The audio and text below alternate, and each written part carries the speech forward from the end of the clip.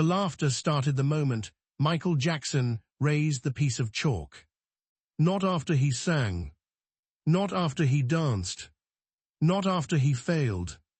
Before he had even finished the first line.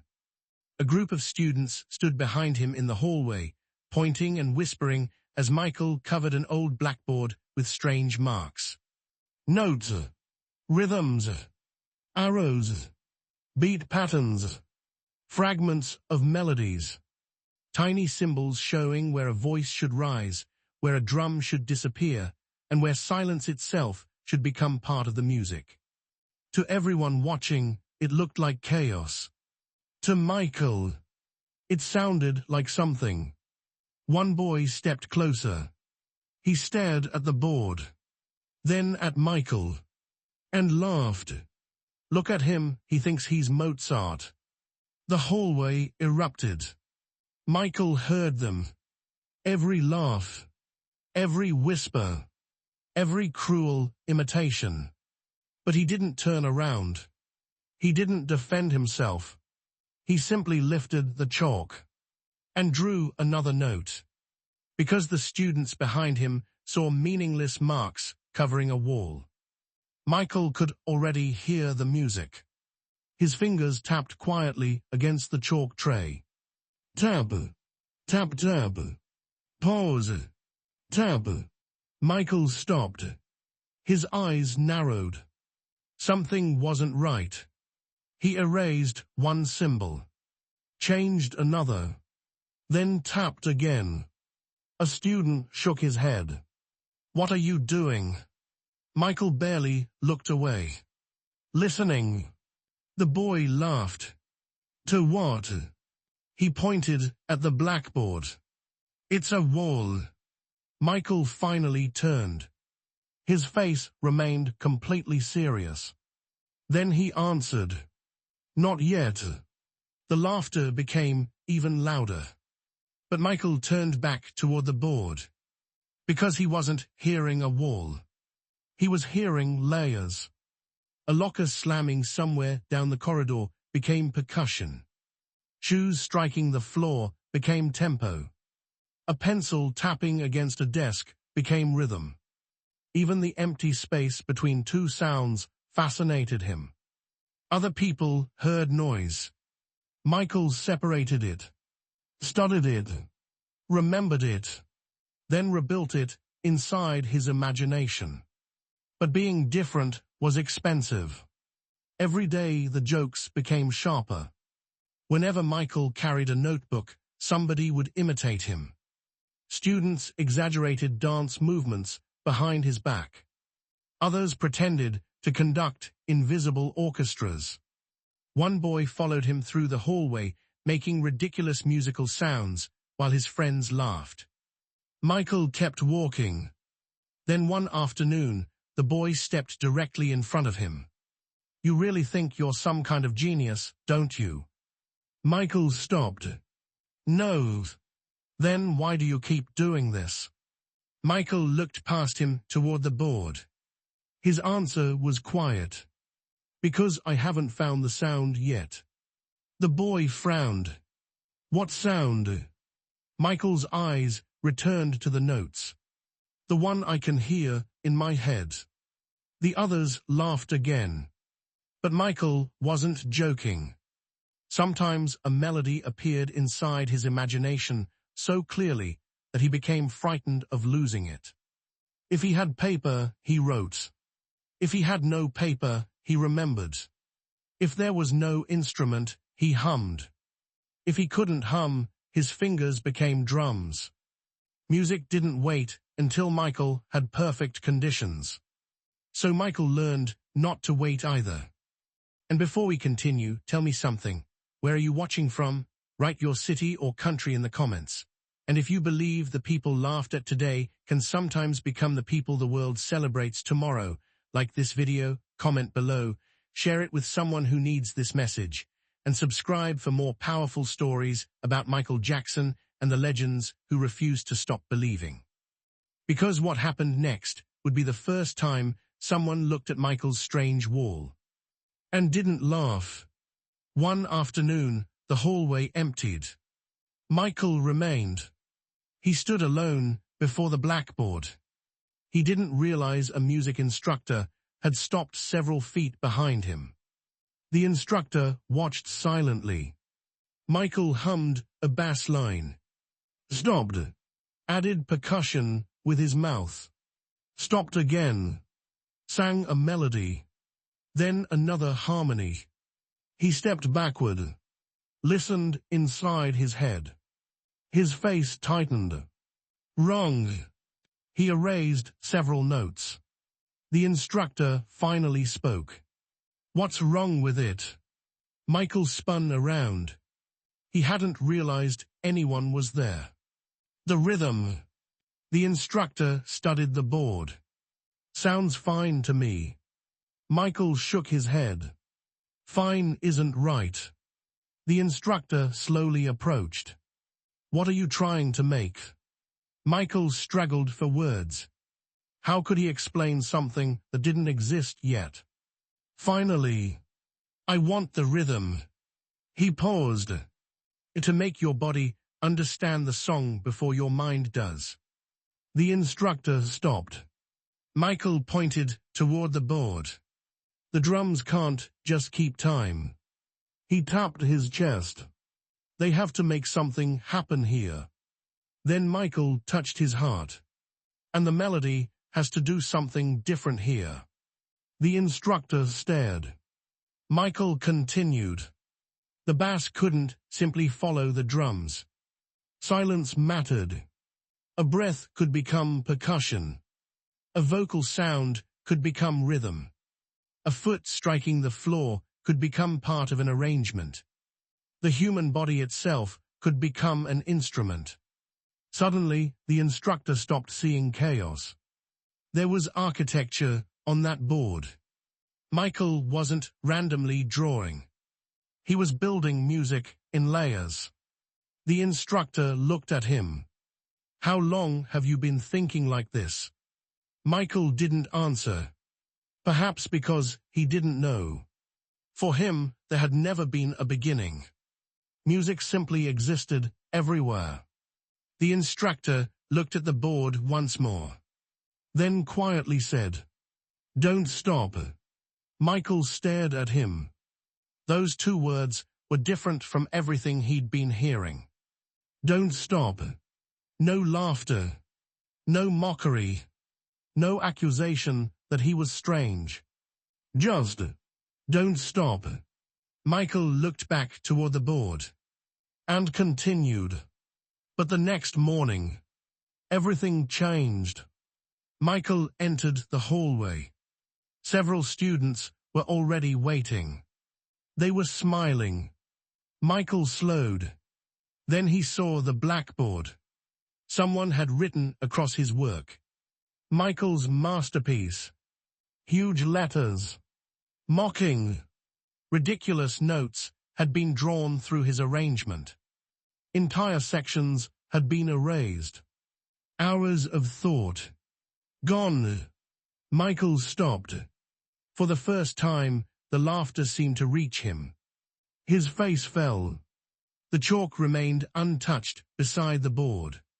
One student stepped forward. What's wrong, genius? Michael stared at what remained. Another laughed. Can't hear the magic anymore.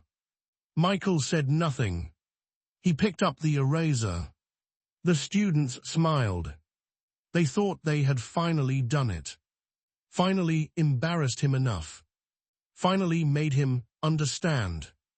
The boy folded his arms. Giving up. Michael began erasing. Every remaining note disappeared. Every rhythm. Every arrow. Every mark. The board slowly became black again. The students laughed louder. Then Michael stopped. He placed the eraser down. For several seconds, he stared at the empty board. Then, he reached for the chalk. The laughter weakened. Michael drew the first line again. Then the second. The boy frowned. What are you doing? Michael continued. You're seriously doing it again? Yes. Why? Michael stopped. He slowly turned. There was no anger in his face. No tears. No attempt to humiliate them back. Only certainty. He looked directly at the boy. Then said, because you erased the wall. Silence. Michael lifted the chalk. You didn't erase what I heard. Nobody laughed. Michael turned back. One note. Then another. The wall slowly began filling again. But something else had changed. The music instructor was standing at the far end of the hallway, watching. And as Michael rebuilt everything his classmates had destroyed, the instructor realized he wasn't looking at a child trying to impress people. He was looking at something far more powerful. Obsession. The willingness to rebuild an idea again and again until reality finally matched the sound inside his imagination. The instructor slowly approached. Michael continued writing. Then the man stopped behind him. Michael. Michael turned. The instructor stared at the board, then asked one question. A question that made Michael lower the chalk. What if I told you I know somewhere you can actually hear this? Michael froze. The hallway became silent. And for the first time, the music that existed only inside Michael Jackson's head was about to leave the wall. Michael Jackson lowered the chalk. The instructor's question remained in the empty hallway. What if I told you I know somewhere you can actually hear this? Michael stared at him. Hear what? The instructor pointed toward the blackboard. That. Michael looked at the tangled collection of notes, arrows, circles, pauses, and rhythmic marks. To everyone else, it still looked unfinished. To Michael, it was alive. The instructor continued. There's a music room nobody uses after classes. Michael's eyes sharpened. What's inside? A piano. Michael waited. Drums. His fingers tightened around the chalk. A tape machine. Michael became completely still. And a few other instruments. The instructor smiled. You've spent enough time putting music on walls. He stepped closer. Maybe it's time you heard what the wall has been trying to say. Minutes later, a key turned inside an old lock. The door opened. Michael stepped inside. The room wasn't impressive. Dust floated through the afternoon light. An old piano stood against one wall. A small drum kit waited in the corner. Several pieces of equipment looked as though nobody had touched them in months. But Michael didn't see an abandoned classroom. His eyes moved from object to object as though he had entered a treasure room. He approached the piano, pressed one key. A single note rang through the silence. Michael pressed another, then another. He stopped. His fingers tapped against the wooden edge. Tap, tap, tap. Pause. Tap. The instructor recognized it immediately. The rhythm from the blackboard. Michael sat down. He wasn't trying to perform a complete song. He was searching. A chord. Stop. Different chord. Stop. He hummed beneath it. Changed the rhythm. Then suddenly stood and moved toward the drums. The instructor watched in amazement.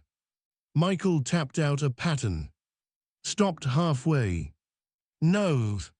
He changed it. Again. No. A third time. Michael froze. His eyes widened. That's closer. The instructor smiled. Closer to what? Michael looked at him. The sound. The same sound his classmates had laughed at. The one Michael had insisted existed inside his head. For the next hour, Michael barely spoke. He built, destroyed, rebuilt. He would hum a bass idea, then add percussion with his mouth. He would sing one melody and immediately place another harmony above it. Sometimes he stopped everything simply because one beat arrived a fraction too early. The instructor finally laughed. Michael turned. "What? You're impossible." Michael's expression became concerned. "Why?" "Because most people stop when something sounds good." The instructor looked toward the instruments.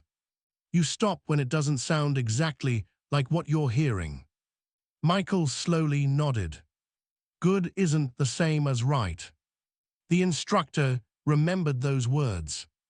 Michael had said almost exactly that before. Fine isn't right.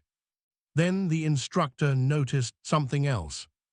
Michael wasn't treating the instruments as separate objects. The drums weren't merely drums. The piano wasn't merely a piano. His voice wasn't merely something placed on top. Everything interacted. Michael slapped his palm lightly against his chest. He snapped his fingers. He breathed sharply into the rhythm. He struck his shoe against the floor. The instructor frowned. "You want that in the music?" Michael nodded. "Why?" "Because it's a sound." "So?" Michael looked genuinely confused by the question. "If it makes you feel something, why shouldn't it be music?" The instructor said nothing. That was when he began understanding what Michael had meant earlier. A breath could become percussion. A vocal sound could become rhythm. A foot striking the floor could become part of an arrangement. Even the human body could function as an instrument. Michael returned to the tape machine. "Can we record it?" "It's not finished." "I know." "Then why record it?" Michael looked at him. "Because I need to hear what's wrong." The instructor stared. Most young musicians wanted recordings because they wanted to hear what sounded good. Michael wanted the recording to expose his mistakes. They started the machine. The tape turned. Michael performed the rough idea. It lasted less than a minute. When it ended, he immediately rushed toward the machine. Again. They listened. Michael's face tightened. "There." "Where's?" He pointed. "The pause." The instructor heard nothing unusual. Michael rewound it. Played it again. "The pause is too short." The instructor stared at him. "By how much?" Michael thought. "Just enough to make the next beat less exciting." The instructor leaned backward. That was when he realized something. The students laughing in the hallway thought Michael was obsessed with notes. They were wrong. Michael was obsessed with feeling. He wanted the listener's body to anticipate something before the mind understood why. That idea had already appeared when Michael explained that he wanted rhythm to make the body understand the song before the mind did. They recorded again. Michael changed the pause. This time when the beat returned. His entire body moved. Not dramatically. Just a tiny shift of the shoulder. A slight movement of the head. The instructor noticed. Michael smiled. "That's it." But the next day, reality returned. Michael walked through the hallway carrying his notebook. The same boys were waiting. One spotted him. "Hey, Mozart." Laughter. Another began tapping the wall dramatically. "Listen, I think the wall is singing." More laughter. Michael kept walking. Then one boy stepped in front of him. "We heard you've been hiding in the music room." Michael stopped. "So?" The boy grinned. "Making your masterpiece." Michael said nothing. "Come on." The boy spread his arms. "Play it for us." Michael looked toward him. "No." The others laughed. "Why not?" Michael's answer came calmly. "Because it isn't ready." The boy leaned closer. "Or because it's terrible." Michael stared at him. There were 1,000 things he could have said. Instead, "Maybe." The boy's smile disappeared. Michael continued. "That's why I'm working on it." Then he walked around him. That answer confused them. Mockery only worked if Michael needed their approval. And increasingly, he didn't. Years later, that same instinct would remain.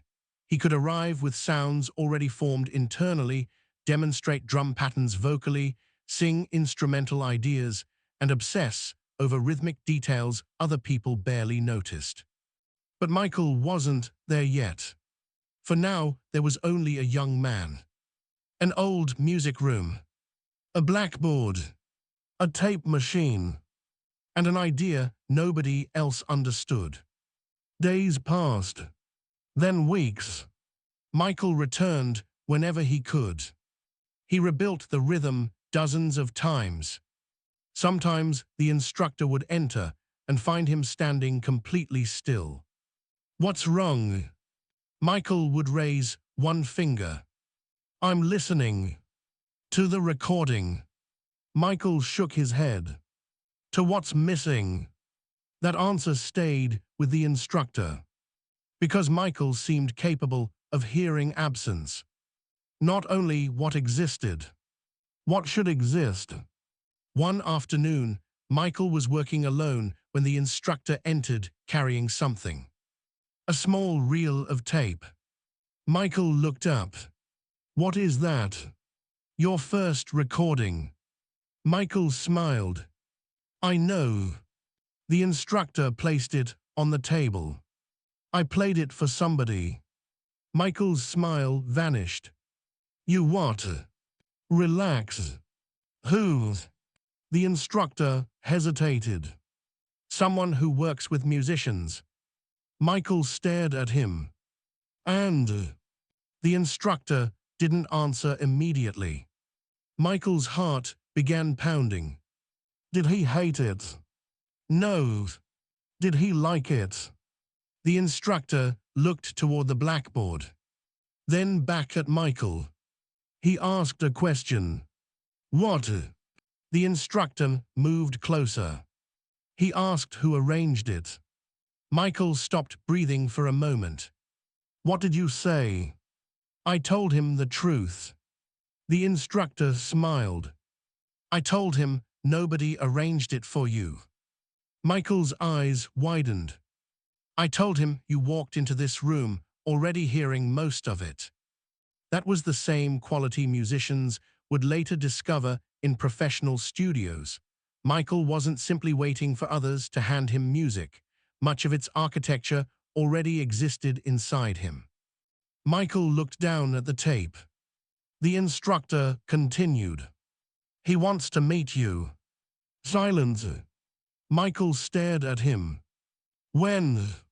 "Tomorrow." Michael looked toward the instruments, then toward the blackboard. Suddenly, every laugh in that hallway returned to him. Mozart. Genius. Masterpiece.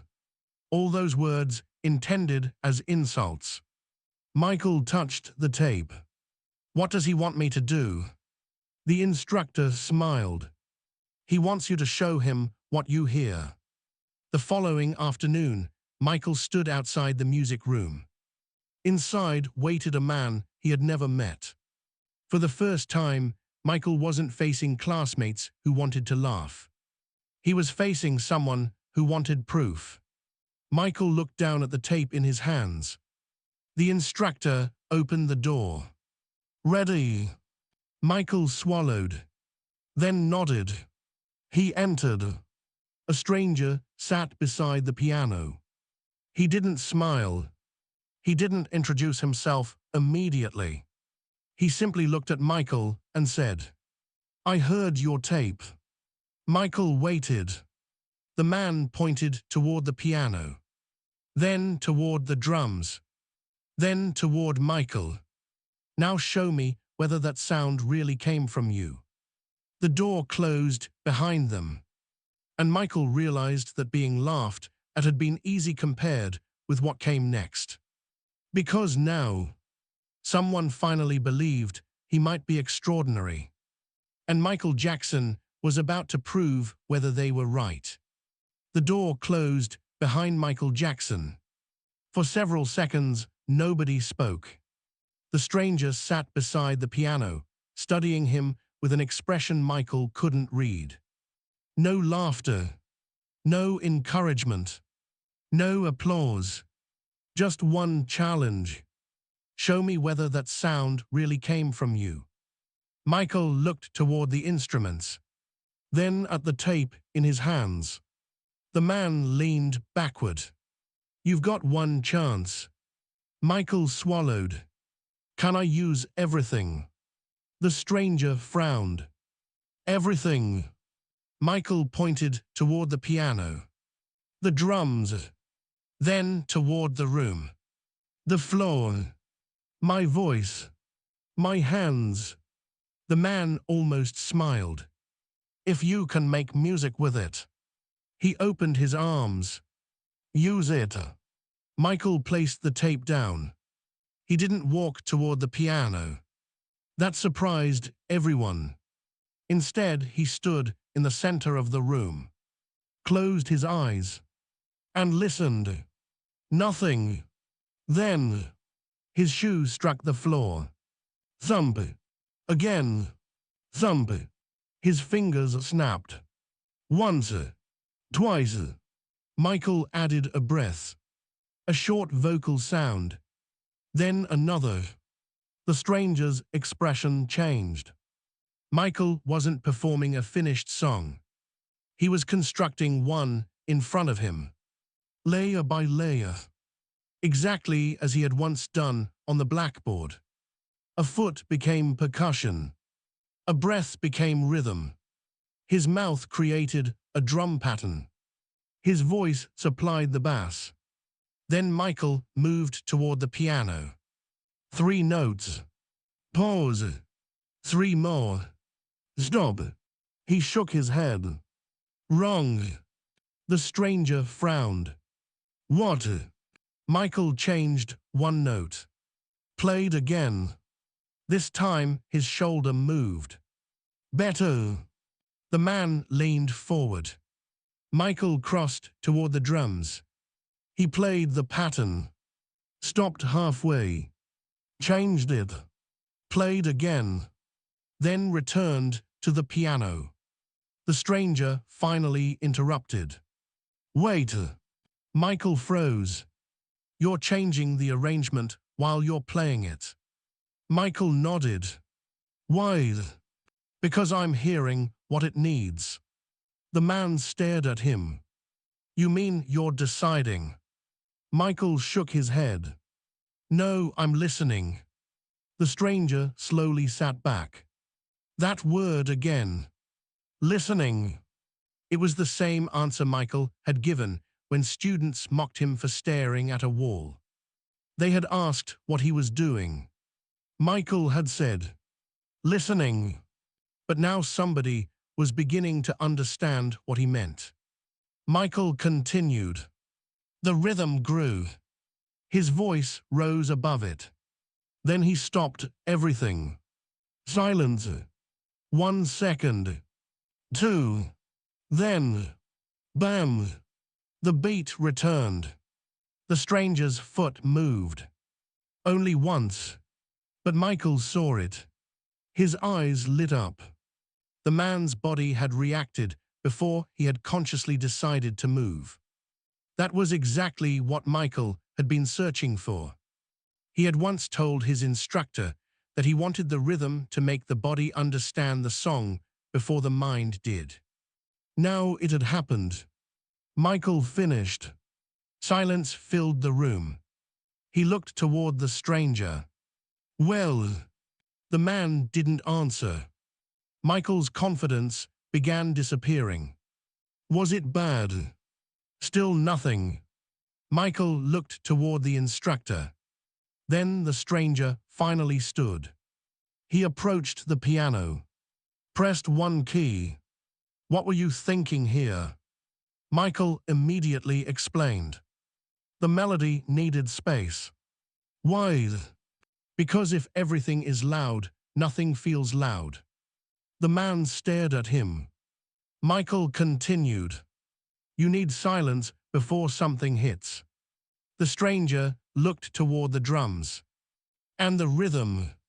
It shouldn't just keep time. Michael touched his chest. It has to make something happen here. Then he touched his heart. The melody does something different here. The instructor smiled. He had heard those exact ideas before. Michael had explained that drums, bass, silence, breath, vocal sounds, and even the human body could become different layers inside an arrangement. The stranger slowly walked around Michael. How old were you when somebody taught you to think this way? Michael frowned. Nobody taught me. Then where did you learn it? Michael looked toward the instruments. I don't know. A pause. I just hear it. The stranger stopped. And suddenly Michael realized something. The man wasn't testing him anymore. He was studying him. Michael looked toward the instructor. The instructor smiled. The stranger finally said, Don't lose that. Michael frowned. Lose what? The part of you that hears something before everybody else does. He pointed toward Michael. Because if you spend your life waiting for other people to understand your ideas before you trust them. His voice lowered. You'll never make anything they haven't already heard. Michael became completely still. Those words stayed with him. Years began moving. The hallway disappeared. The chalk disappeared. The old blackboard disappeared. The students who had laughed grew older. And Michael entered professional recording studios filled with musicians, producers, and engineers who had spent years mastering their craft. But something followed him into those rooms. The sound inside his head. Michael could walk into a studio without holding a drumstick and demonstrate a drum pattern with his voice. He could describe bass lines without touching a bass. He could sing instrumental ideas. He could hear vocal layers before they existed on tape. And he could obsess over tiny rhythmic details other people barely noticed. Again, the engineer looked through the glass. Michael, that was good. Michael shook his head. Again, the musicians reset. They played. Michael listened. No. Someone sighed. What now? The beat. It sounds exactly the same. Michael stared through the glass. It feels different. Again. Another take. Again. Another adjustment. Again. People sometimes became exhausted. But Michael was chasing something they couldn't hear yet. The same thing he had chased on that blackboard. The sound. Not good enough. Not acceptable. Not technically correct. The sound he could hear inside himself. And slowly, the rest of the world began hearing it too. The songs came. The vocal layers. The rhythms. The movements. Beats traveled across borders where millions of listeners didn't even speak the same language. Children copied his movements in bedrooms. Dancers studied his timing. Musicians examined the arrangements. Producers listened beneath the obvious melodies, searching for the tiny details that made the music feel different. Michael had spent years trying to make reality match imagination. Now stadiums were moving to that imagination. Thousands screamed, then tens of thousands, then crowds so enormous that Michael could sometimes stand almost motionless beneath the lights. And the first beat alone would send electricity through the audience. But somewhere far away from those stadiums, imagine one of the boys from the old hallway sitting alone in front of a television. Older now. The jokes forgotten. The chalkboard forgotten. Then Michael Jackson appeared on the screen. Darkness. A stage. An enormous crowd. The first beat struck. The audience exploded. The former classmate stared. Michael barely needed to move. The rhythm already controlled the room. And suddenly, the man remembered. A hallway. A blackboard. A skinny young Michael standing with chalk in his hand. Notes everywhere. Students laughing behind him. Then Michael's voice returned from years earlier. I haven't found the sound yet. The man slowly leaned toward the television. Thousands of people were moving together. Every beat landing exactly where it needed to. Michael turned. Stopped. Silence. Then the rhythm returned. The stadium erupted again. The former classmate whispered. He found it. But that wasn't the most painful realization. The man's remembered another morning. The destroyed blackboard. The jokes. Michael erasing everything. They thought he was surrendering. Then he had picked up the chalk and started again.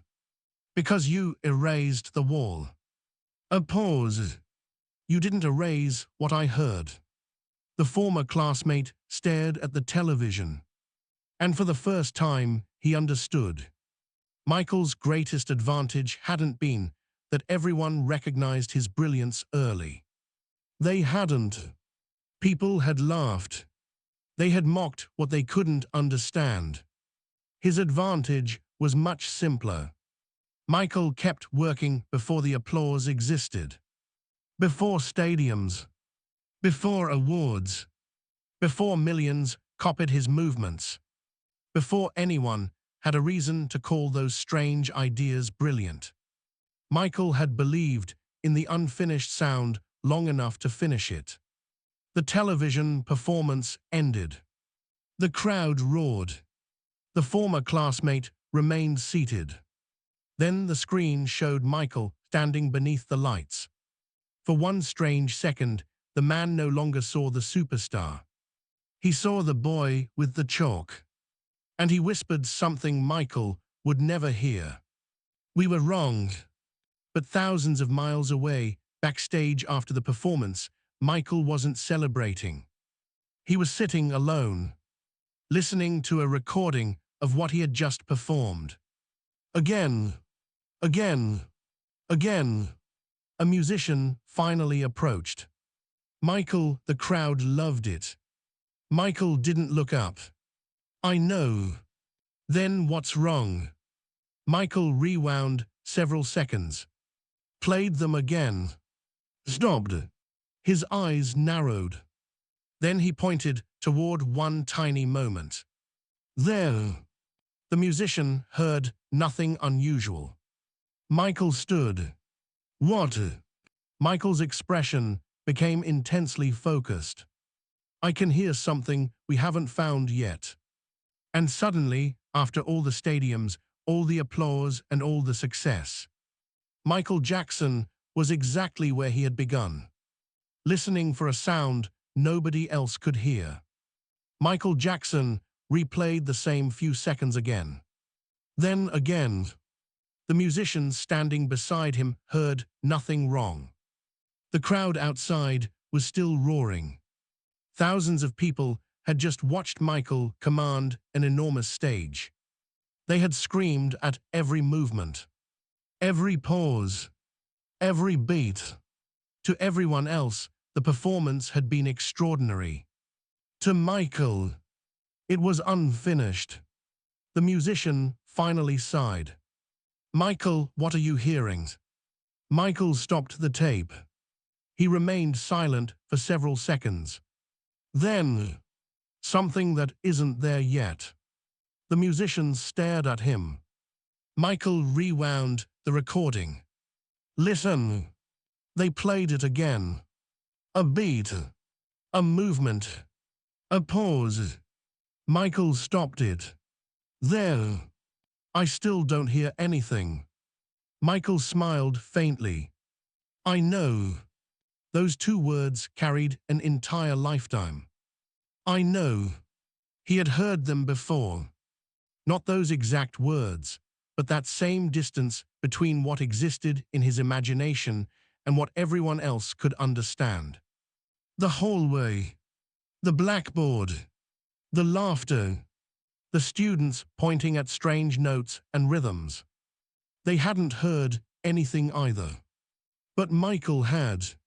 Years earlier, he had told them he was searching for the sound he could hear inside his head.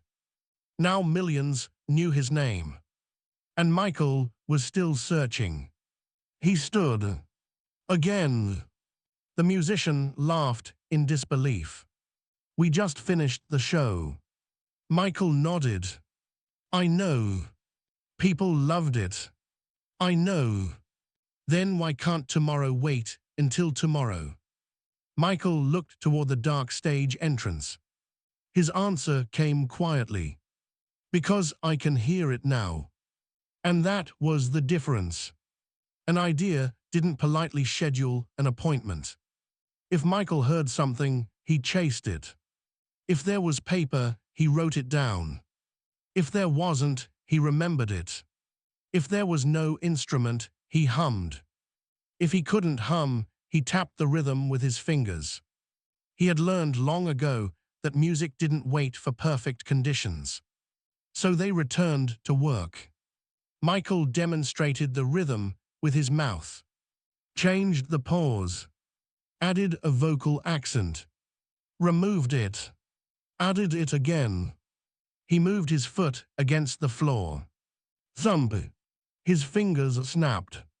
The musician suddenly smiled. "That's familiar." Michael stopped. "What? You?" Michael frowned. The musician laughed. "Your body, your breathing, your feet, your voice. Everything becomes part of the rhythm." Michael looked down. He had never thought of it as unusual. For him, sound was sound. A breath could become percussion. A vocal hiccup could become rhythm. A foot striking the floor could become part of an arrangement. The human body itself could become an instrument. Michael tried the section again. This time, something changed. His shoulder moved. His eyes widened. He stopped. The musician looked at him. "You found it." Michael smiled. "Closer." The musician groaned. "Closer." Michael laughed. For a moment, the perfectionist disappeared. Then his expression became serious again. "That's the problem." "What?" Michael looked toward the recording equipment. "Sometimes you find one sound, a pause, and it shows you the next one." The musician shook his head. "You're never going to finish, are you?" Michael looked toward him, then smiled. "I hope not." Because perhaps finishing had never been Michael's real obsession. Searching was. One rhythm, one layer, one movement, one detail everybody else considered too small to matter. Then another, and another, until the thing that existed only inside his imagination became real enough for somebody else to feel. That same process had followed Michael from the old blackboard into professional studios, where musicians discovered he could vocalize drum patterns, demonstrate bass lines, and sing instrumental ideas he already heard internally. Years continued passing. The stages became larger. The crowds became louder. Millions danced. Children stood in bedrooms trying to copy movements they had watched Michael perform. Professional dancers studied his timing.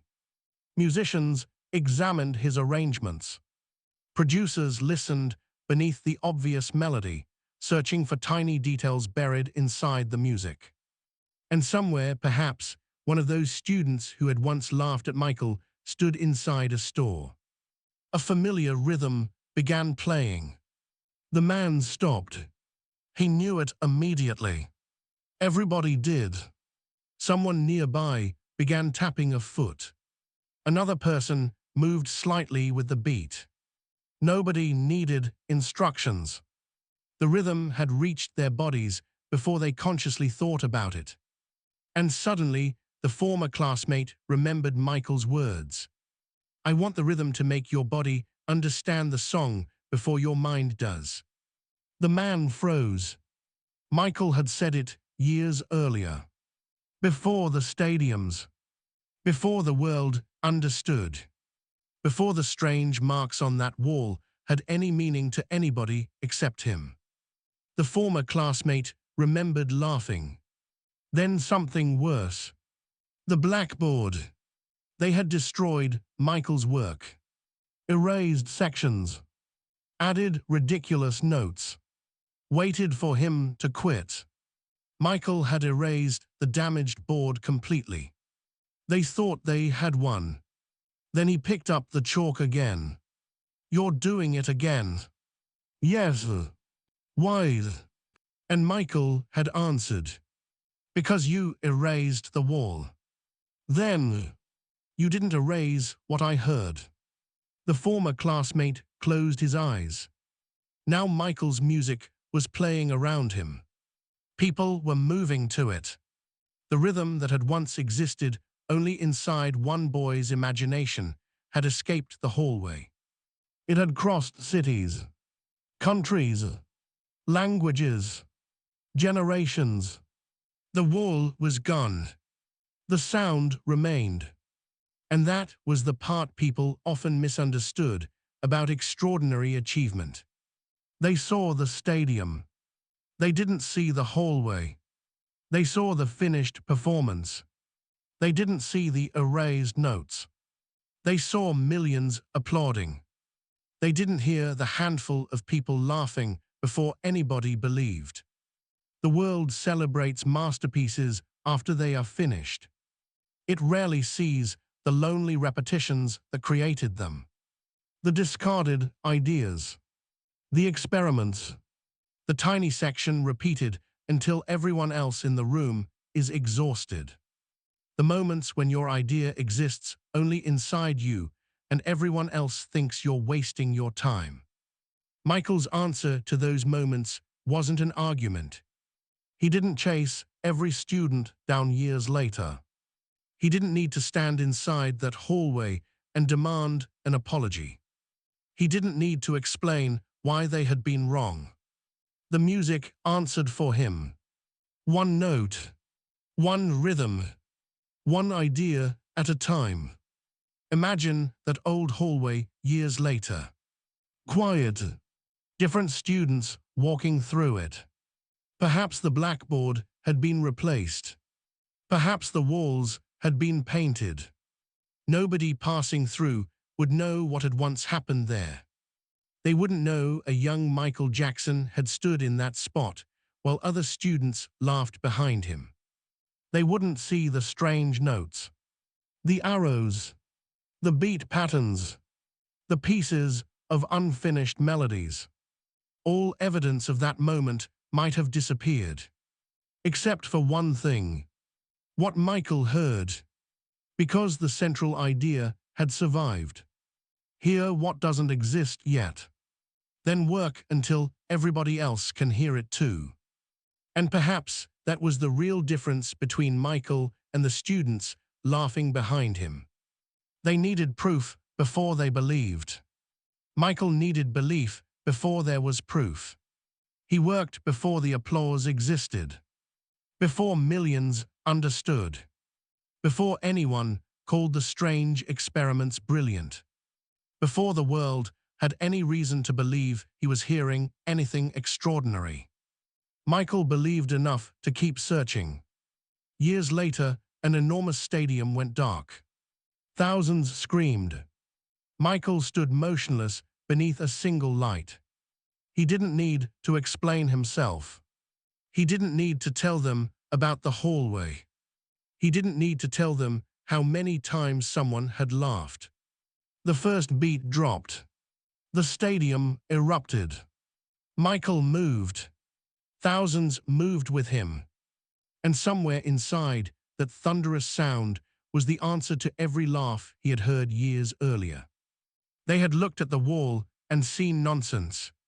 Michael had looked at the same wall and heard tomorrow. That was why he kept writing, why he rebuilt what others erased, why fine wasn't enough, why he kept listening after everybody else believed the work was finished. Because sometimes the person everyone is laughing at isn't confused. Sometimes he isn't lost. Sometimes he's simply hearing tomorrow before everyone else.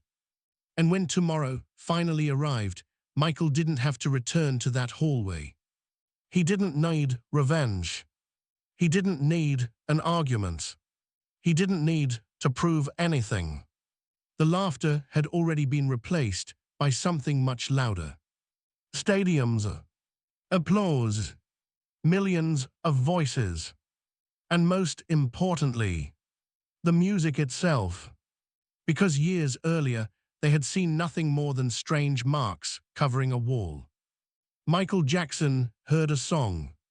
And one day, the rest of the world heard it too.